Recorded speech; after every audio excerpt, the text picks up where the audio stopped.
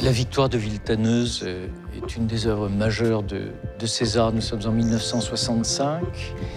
Il veut sa victoire de Samothrace à lui. On le sait, César s'est toujours confronté à la statuaire.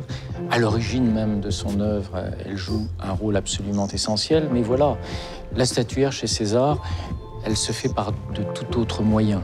Ce sont de petits bouts de fer soudés, amalgamés les uns aux autres, qui patiemment permettent à César d'édifier sa sculpture.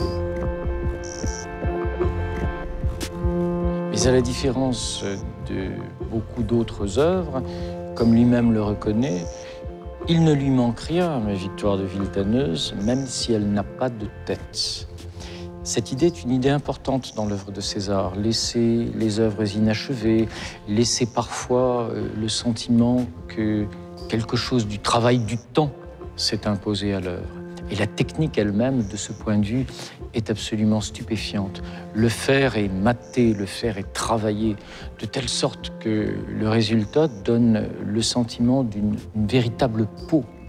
D'une véritable peau qui, par certains aspects, rappelle qu'il a fait aussi un voyage à Pompéi et qu'il a été fasciné par ces corps pétrifiés.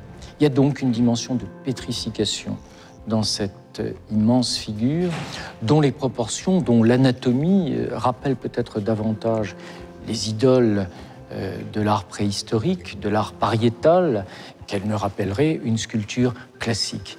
C'est pourquoi je préfère dire des grandes sculptures que César a réalisées à cette époque, qu'elles jouent avec des archaïsmes, plus qu'elle ne joue avec la tradition de la sculpture classique. Rien de Mayol dans l'œuvre de César, mais quelque chose qui, entre cet archaïsme et peut-être son amour évident pour les arts premiers, pour certains aspects de l'art africain, transparaît dans cette pièce.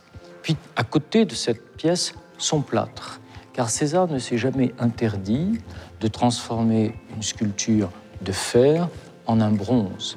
Le plâtre montre aussi le travail que César va faire à partir même de la sculpture initiale.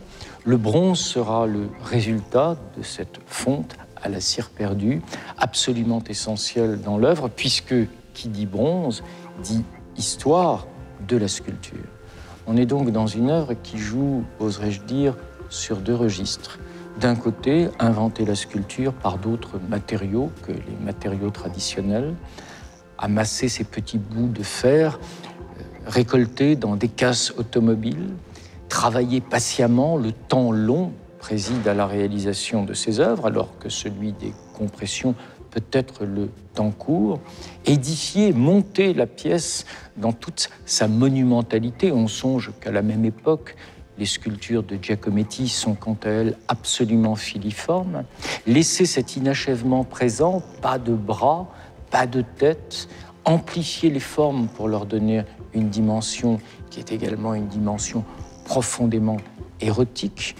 Ces Vénus sont évidemment des Vénus qui rappellent également des Vénus archaïques, et faire en sorte que l'idée de la sculpture, qui n'a jamais cessé d'être au cœur du travail de César, trouve ici sa résolution par de tout autre moyen.